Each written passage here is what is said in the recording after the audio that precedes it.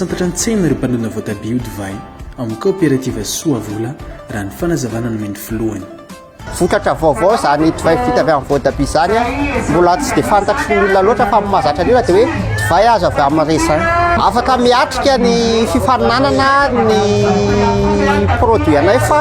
anisan'ny olana sedrainay fotsiny ny resaka emballage miankina be da be amin'le hoe ntomanana mihitsy zany ny ahafahana miditra amin'le hoe manao grande échelle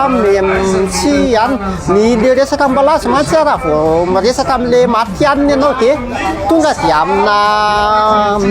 mille tsy manao zavatra kelikely zany izy.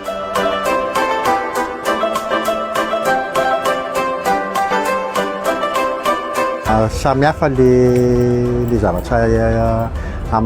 misy recherche ireo le grande échelle na fanondanana mila isa aloha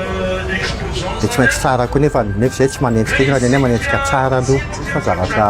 miavaka no atao dia le famoronana zany no tena atao betsaka sy atao tsara dia zavatra hitanareo zany zavatra foronina matetika le izy tsy miverina indro satria na asa tanana tsisy copier-coller zany raha ny tena rery dia sakana fa raha ohatra hoe le fikambanana dia tafavoaka le izy satria fampizarana ely izy. Araka ny fanadinana atao nandritra ny hetsika voatra dia olona iray hatrehany mpamorona ihany koa ny fitakian'ny fenitra izo eo anivontsena iraisam-pirenena.